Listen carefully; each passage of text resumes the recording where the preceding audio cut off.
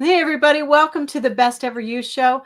I'm your host, Elizabeth Hamilton-Guarino, here with Marni Jameson, who is an author with HCI, among many other things that you do. But first, I'm going to just hold up your book. You can Oh, hold up thank your book you. too if you Oh, want. I've got one right here. Rightsize Today to Yeah. create your best life tomorrow. Great book. That's a great pick. I'm going to screenshot this when we're done. But welcome. Thanks for being here. It's my pleasure. Thanks for inviting me. And we should have some fun. We do want to let you know that we're both getting over colds. The dogs may bark, the doorbells may ring, there may be deliveries. We're both from home. Hey, but we're It's here, real. right? Yep. Yeah. So tell me all about your book. Why? Well, let me go back a little bit because you're a columnist. You have syndicated columns in newspapers and all sorts of stuff. Do you want to just tell us a little bit about that before we Oh, go into your book? sure. Yeah. So I just celebrated my 20th anniversary of writing a weekly column, which seems impossible. But yeah, that's 1,040 columns and haven't missed a deadline. And, along the way, I've written about everything: lifestyle, it's home design, home improvement, home life. I don't see where they really differentiate. But I wrote a series of columns in early like 2013, 2012 about my parents moving into assisted living. And it was a horrible time, of course. And they just weren't, mom was getting dementia, dad was having trouble breathing. He had, had some smoking in the service. Anyway, and they had this huge house, and my brother took care of finding them an assisted living place. And I was in charge of selling the family home and clearing it out. And at the time I lived in Florida and this house was in California. So I was working at a newspaper, took a week off my day job, parachuted in, figured I can get this done, no time flat.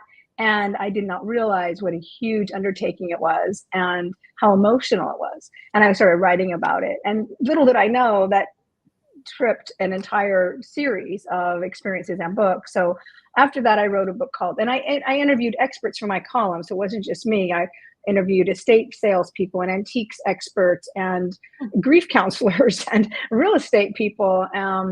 And just really tried to circle the wagons and get the expertise I needed and then channel it into something that maybe my readers could use too. And I kept getting emails from my readers saying, oh, I'm saving all these columns into a collection. So then I called my agent. I said, I think I have a book here. And here we are. So Downsizing the Family Home was the first of the series. And then a workbook followed that. And then I was going through my own remodeling of my life, and my marriage wasn't working out after 20 some years. It was sad, but real. And I had to move on. And I moved from Colorado to Florida. I'm downsizing, I'm upsizing. I become a live-in home stager. I'm living in high-end homes with my furniture and moving every time they sell. So I lived in 6 houses Wow. in 4 years, which is a lot of purging. And I realized what I really didn't need. So this is giving me more expertise, right? And then I meet my dream man, and we got married 8 years ago. And he was a widower. And so he had a fully loaded house. And I think my stuff's really hot, especially since I have been the one editing it down to the very, very bones. And he had different opinions. So that's when I wrote Downsizing the Blended Home, when two houses become one, because it isn't always so beautiful. So then I wrote a book after that, as a publisher requested that I write a book about legacy leaving, like what to do with all your stuff when you die. So people can figure out their finances and they can figure out their trusts and wills, but what about their furniture? The kids fight and never speak to each other again, and things aren't worth what they think it's worth. And so I wrote a book called What to Do with Everything You Own to Leave the Legacy You Want, which is a big, huge wind up to say, Elizabeth, that I had kind of gotten tired of writing about aging, which is downsizing in the family home sense, and also about dying, which is the leaving the legacy part. Right. Yeah. And I'm like, I'm over this. I want to write about living for now, the 55 plus group, and having a really great life after the kids are out of the nest and you can work remotely. And so I really thought about right size. Like, a lot of people stay stuck in their homes because they live there because they were close to a job they no longer have, or to schools their kids no longer go to, and they have this attic full of Cub Scout uniforms, and they just feel kind of entrenched. And it's a terrible, terrible thing to be weighted down by in the wrong place because of your stuff. So I wrote a book about where should you live? Just let's dream a little bit. And a lot of people upsize. 1/3 of people over 58 who buy homes buy a bigger home. So I'm not about downsizing. It's about figuring it out. So a long-winded way of saying that's what brought me to Rightsize Today. And I just really wanted to figure out how to dial in that last third of life really beautifully and live well and with intention. Yeah. And that is this book, right? Rightsize That's Today. right. What's your Yes. website so people know? Thank you. It's Marni Jameson, Marni with an I, no E, and Jameson like the whiskey with an E, no I.com. Okay. So people can go there.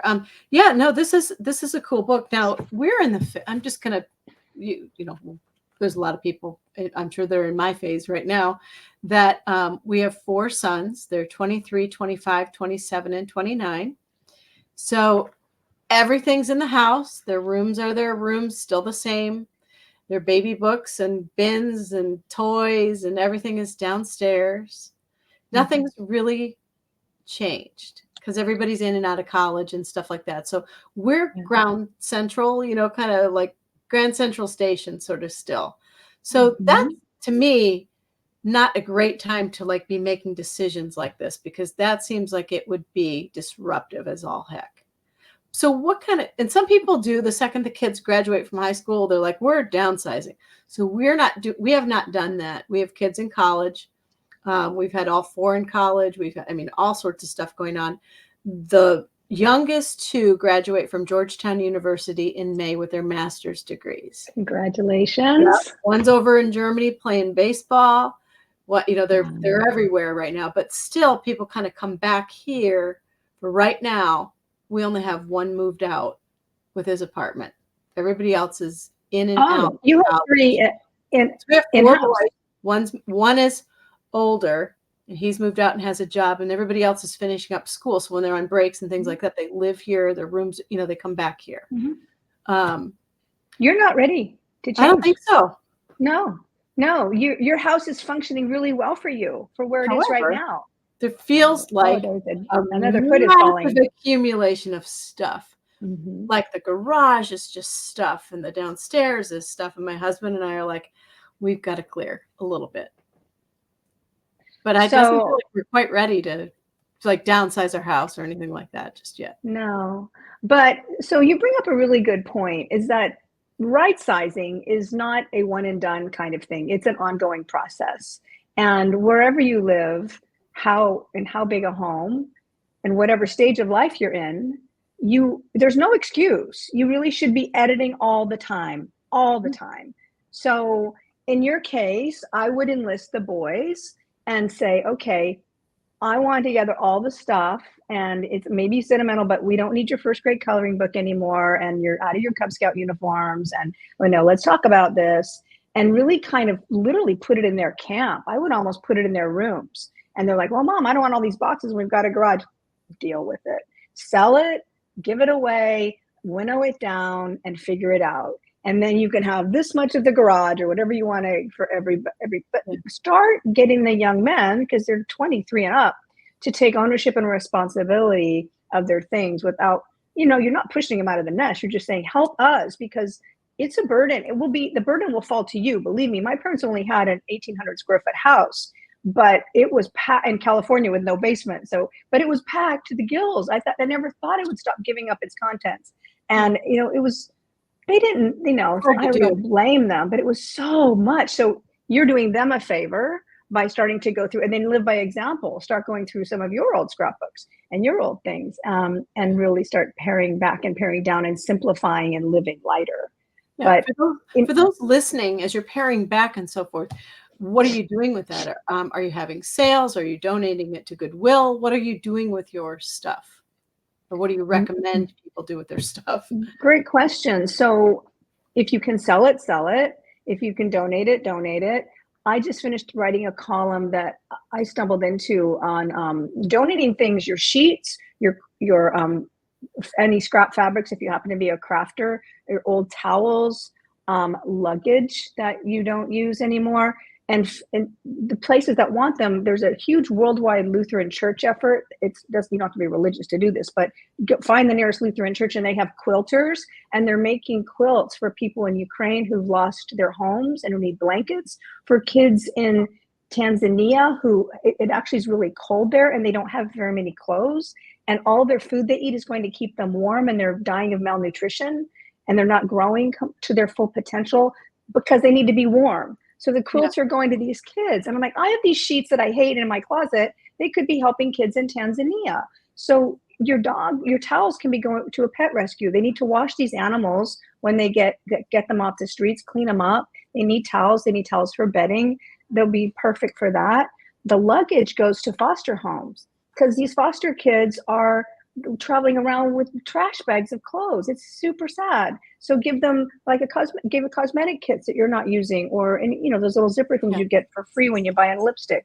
So these are ways. So that makes my heart feel good to know exactly what's happening. But if you don't have time to individualize, at least start donating to the Goodwill. If you have something that you think is especially nice, I just worked with I had a French tapestry. It sounds bougie, but it wasn't like vintage or anything. It was just something I bought 30 years ago. But I was over the tapestry look. I'm moving into something a little more contemporary. And I found a furniture concierge, which you can look up, and they will sell items for you for a commission if they're higher value items. And she found a French collector who bought it, and she took a commission, and I got the rest of the cash. So it's too much trouble is an excuse, but it's not a good excuse. Yeah. Right? Too much trouble. You can get rid of everything you have. You can. There's a place for it, and responsibly and reasonably. So, but it's what stumps people. What if you're looking around going, but I like all my clutter? What if you're really like partial to every knickknack that you have and you don't want to donate it or give it away or whatever? What do you do? Well, there's if you have the room for it. I mean, it is not commonly looked on as nice looking. I mean, you might, if you care how your house looks, you might step back and say, if I walked into my house, would I say, oh, everything's adorable, or would I say this looks pretty cluttered? So if you care, I do, how things look, then you might want to edit them, maybe rotate them. But I think I like to say a little bit of great beats a lot of mediocre. So if you can just pick the few really cherished things that are fantastic and let the others fade into the background, you might find your quality of life is going up, your visual quality of life is going up. And maybe put those second-rate things in a box and live without them for 3-4 months and see if you're really dying without them. And then you open them up and you're like, you know what? Oh, I'm over these. I don't need these anymore. It might help you do a trial separation before you finally trial separation. That's cute.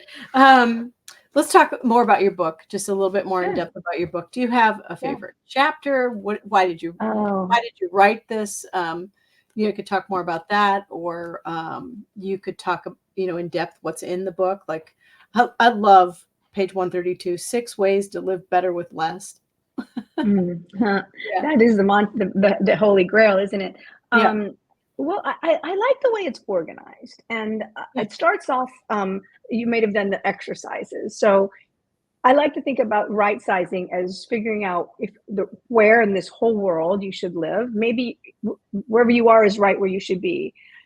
Once you figure out where in the world, and I'll talk a minute about that, what in your 4,000 square foot house or a 1-bedroom apartment, like in what, and then with what is the third part of how to right size. And that's getting, once you have the right house in the right place, don't junk it up, put only the right things in it. And we'll talk about that.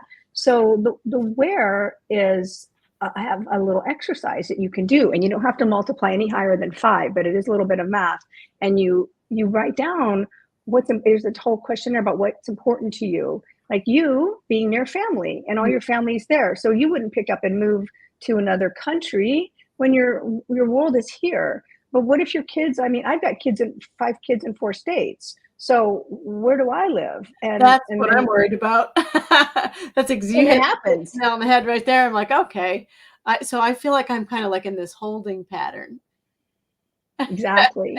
Exactly. Well, you don't, my kids have already kind of started to, well, the youngest hasn't, but I have 3 stepchildren and they're well on their way. And my older daughter is working in Colorado, and I'm in Florida, and she's a veterinarian, and she's about to have a baby, and she's married. So she's kind of like there.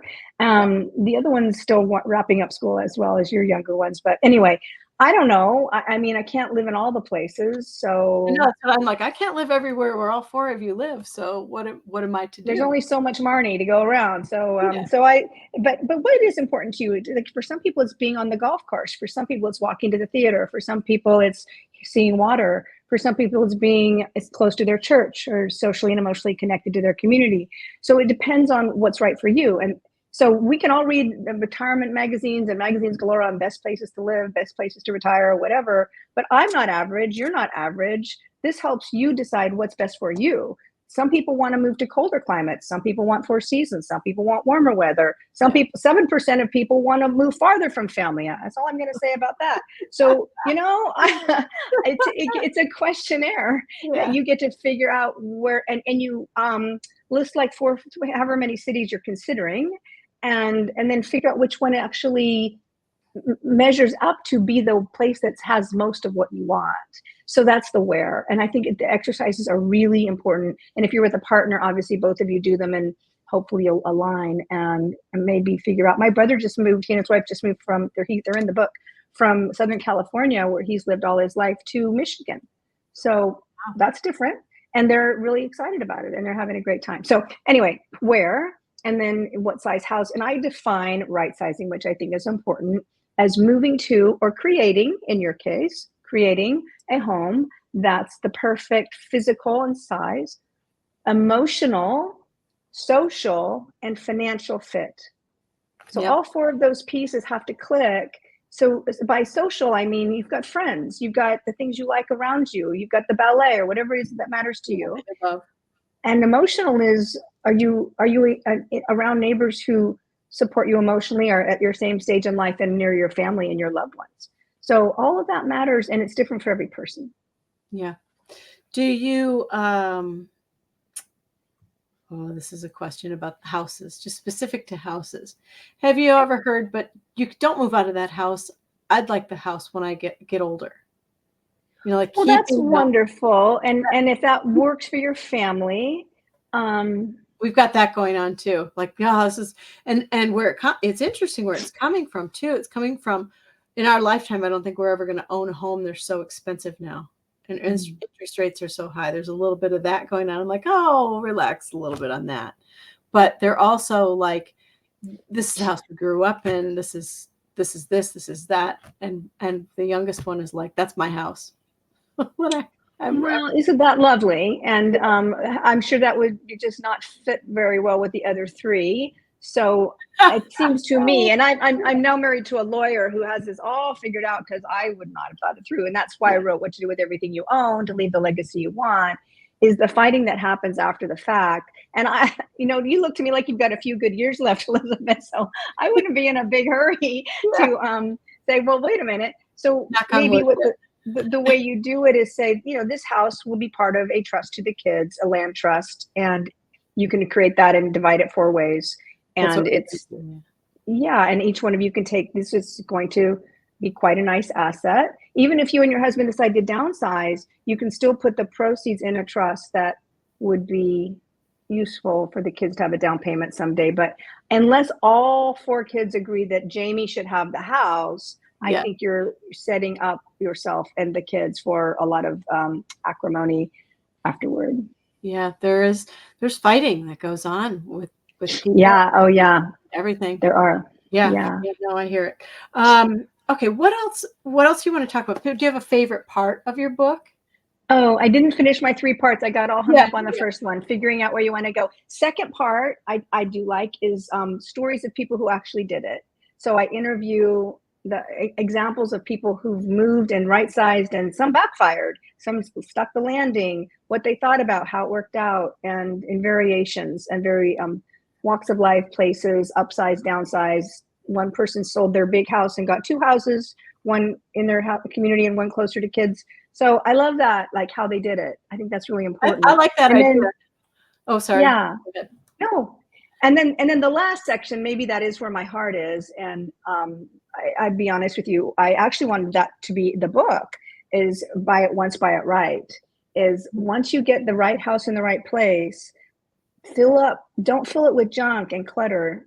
Get the right everything out. And I go through every room in the house and talk about how to choose the essentials, the kitchen cutting knives, the wine glasses, the cutlery in the bedroom, the mattress, the sheets, the bed linens, the pillows in the bathroom, the soap, the towels. I go through the whole house, and it's what the takeaway is that I don't give brands. I very rarely talk about what brand to buy, but I teach the properties to look for when buying an item, because people's houses get cluttered because they don't buy things right the first time. They get a pan that keeps scorching their food, and then they buy the next pan they see on an infomercial and hope for a better result. And if they only knew what they were doing and why the pan was the problem and not them, I used to think it was me. It turns out it was my pan. I'm a much better cook now that I figured out what kind of pan to have. And then you can figure out which ones to get rid of. And you elevate your life and you live more simply, more beautifully, more elegantly, because you're surrounded with quality items, because you've learned the properties to look for when buying these things. So I really do like the last section a lot. Yeah, I love it. Well, it has been just absolutely lovely speaking with you. This is a really much needed book for a lot of different ways. I know one of the things between you and me that we well, it's in my book too, but that we did was we are leaving Maine winters, and we spend the winter in South Carolina now. Ooh. So is this, are we talking to you in Maine right now? I'm in Maine right now, which we're, Okay. of course, expecting a huge snowstorm tomorrow and the next day, which is funny. But we did last year. We did this too. We didn't quite stay in South Carolina long enough, but we've been doing this for years now. And it first started out as like a week, and then 2 weeks, and now it's like a full 8 weeks. And we're down there, and we leave for a bunch of months and just hang out. And so that has sort of scratch the itch, or itch the scratch, whatever, for moving or whatever it is, because I don't feel like moving yet. I feel like everybody comes back here, but yeah, it's complicated, isn't it? It's a really complicated topic. It is. And it is, and it's very emotional. And I think the thing that turns it around is that it's about you, instead of just generic articles about where should you retire, or where should you have a second home. Because this is about how it works for you, and that's very different. Nobody's average. In my case, we've been married 25 years. It almost seems like I need 2 copies of the book to work, one for him, one for me, to kind of like work through it as we go, kind of thing. So use a pencil and erase. And this isn't, my husband's pretty open-minded and everything, but what do you do if you have a partner or someone around you that is like, we're not throwing out anything or donating anything, we're not moving, we're not, their heels are in the ground, no, everything's staying the way it is. That's rough. It's often one's a keeper, one's a tosser. I would say when I married my husband, he was a bit of a slob, and he can be. I mean, I looked at how he lived and how I lived. And by the way, my place was show ready. When I was staging homes, show ready to buyers from 8 in the morning till 6 at night. Right. I mean, there wasn't even a wet towel. It was perfect. And I walk into his place, there's piles on the counter, everything, mail everywhere. And I said, I require neatness. I don't just like order, I require it to function and to feel well. And I can't live like this. So we negotiated. Now it's too late for you.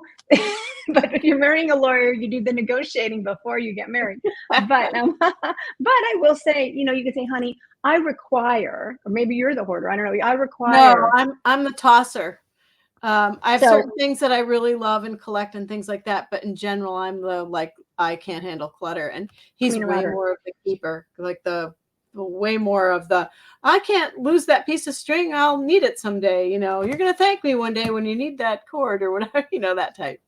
Drives me crazy with cords and I think maybe you can house that is his domain. He can have his little save his dental floss or whatever he wants to do, and you can have yours. And maybe you live by example, and you show by example how much, because that's what happened in my situation. You realized how nice it was to live simply and cleanly, and not that we're perfect by any stretch, but it was a start. And then also maybe do the trial separation thing. Say, honey, I know you're really attached. Like, my husband has an oak roll top desk. It's hideous. I finally got it into like some place upstairs that nobody sees but him. But it was the first thing he bought out of law school. Like, he had hard-earned money. He bought a desk. He thought it was, but there's no getting rid of it. But at least I've pushed it away into a place that we can both, But ask him if there are things that he's attached to that you can maybe just put in the garage for a little while. Just try to live without it and see if your world falls apart. If your world falls apart, we'll bring it back. But let's give it a try. So sometimes that trial separation is the way to go. Yeah, I love that. That's good advice. Anyway, all right, it was so great to meet you. You tell us your too. website Thank you. one more time. MarniJameson.com. And you can join my blog for free. Every Monday you'll get my column. Perfect. And then here's your book, everybody. Rightsize Today to Create Your Best you. Life Tomorrow. And all authors love reviews on Amazon and reviews on Barnes & Noble and Goodreads and all those things. So I love that part of our community where we have somebody like you on and we support them, buy their book, give them reviews and things like that. So hopefully my crowd will show up for you. And thanks, guys. But anyway, all right. Thanks for being here. It was so great. My pleasure. All right. Take care, everybody. Thank you for listening and watching. Take care.